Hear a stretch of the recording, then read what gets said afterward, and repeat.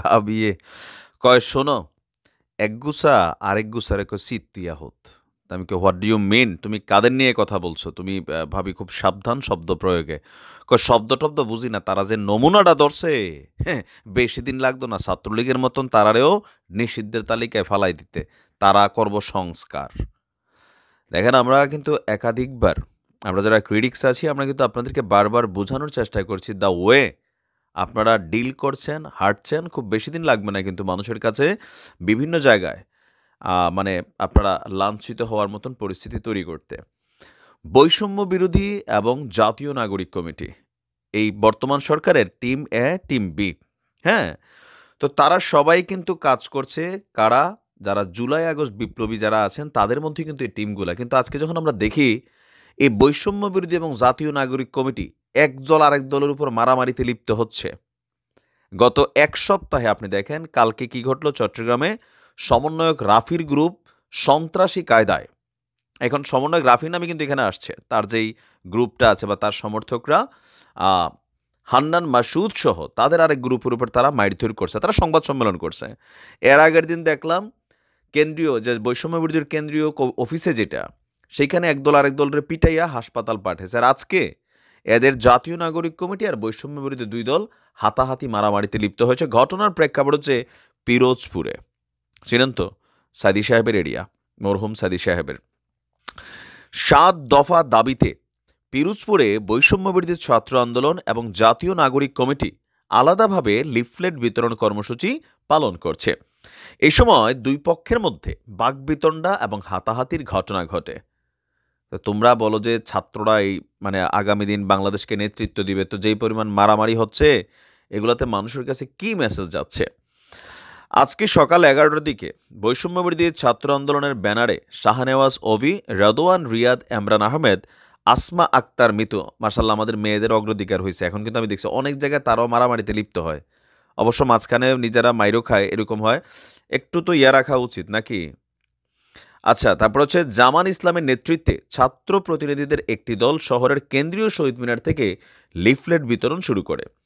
তারা পৌর শহরের দোকান এবং পথচারীদের মাঝেও লিফলেট বিতরণ করে।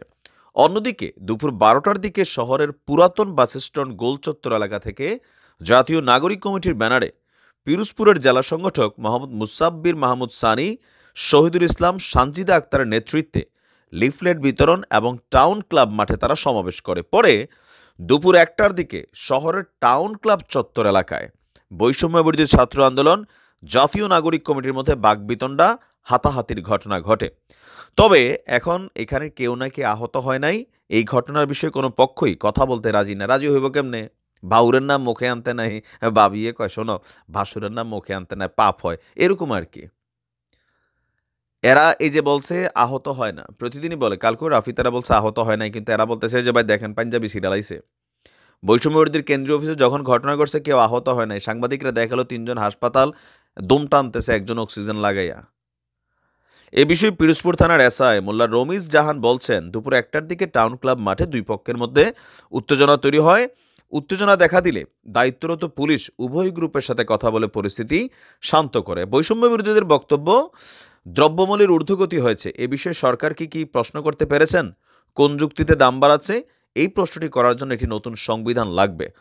আচ্ছা, আর সংবিধানের আগে বাবা তোমরা নিজেরা আগে নিজেদেরকে সংবিধানের আওতায় আনো, নিজস্ব একটা সংবিধান তৈরি করো, দলীয় নীতি তৈরি করো। কেন? এই যে তোমরা আজকে যারা নেতৃত্ব দিচ্ছ জুলাই আগস্টে, আমরা ওই আওয়ামী লীগ বিএনপির মতন কথিত রাজনৈতিক যে ডায়লগ, এগুলা কিন্তু মানুষ পছন্দ করে না, মানুষ কাজে বিশ্বাসী। তোমাদের মধ্যে যে ঐক্যটা নাই, তোমরা জাতীয় ঐক্য চাচ্ছ, আমরা কি দেখছি সারা বাংলাদেশে তোমরা যেখানেই কমিটি দিচ্ছ 80% কমিটি বিতর্কিত হয়ে যাচ্ছে। এক গ্রুপ আরেক গ্রুপে তোমরা রক্তাক্ত হামলা চালাচ্ছ।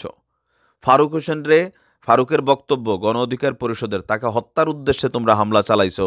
ইভেন কপালের মধ্যে নাকি ছুরি দিয়া খোঁচাইয়া খোঁচাইয়া রক্তাক্ত করছো। এগুলা মানুষ দেখতেছে, আর এগুলা দেখার মধ্যে কি হচ্ছে? আশাহত হচ্ছে। এত দ্রুত তোমাদের জনপ্রিয়তা হ্রাস পাচ্ছে।